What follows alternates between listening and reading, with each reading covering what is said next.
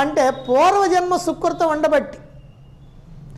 ఈ మార్గంలో ఎవరైతే ఉన్నారో, ఈ మార్గంలో ఎవరైతే ప్రయాణం చేస్తున్నారో, ఈ మార్గం మీద ఎవరికైతే ఆసక్తి ఉందో, ఎవరైతే ఆత్మజ్ఞానాన్ని తెలుసుకోవాలని అనుకుంటున్నారో, ఈ ఆత్మజ్ఞానాన్ని తెలుసుకొని దాన్ని జీవితంలో ఆచరించాలని అనుకుంటున్నారో, అలాంటి వాళ్ళంతా కూడా అనేకమైనటువంటి జన్మల్లో ఎన్నో సుకృతాలు చేసుకున్నటువంటి వాళ్ళు.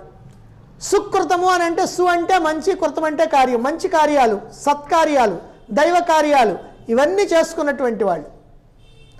ఇంకా కొన్ని జన్మల్లో ఇంకా బాగా వృద్ధిలో ఉన్నటువంటి వాళ్ళ సంగతి, కొన్ని జన్మల్లో ఈ మార్గంలోకి రావాలని తప్పించినటువంటి వాళ్ళు, అదేదో తెలియకపోయినప్పటికీ కూడా అలా తప్పించినటువంటి వాళ్ళు, అదిగో అటువంటి వాళ్ళు ఇదిగో ఈ మార్గంలో నిలుస్తారు, ఈ మార్గంలోకి వస్తారు, నిలుస్తారు. లేనటువంటి వాళ్ళు రారు, ఒకవేళ వచ్చినా నిలవరు.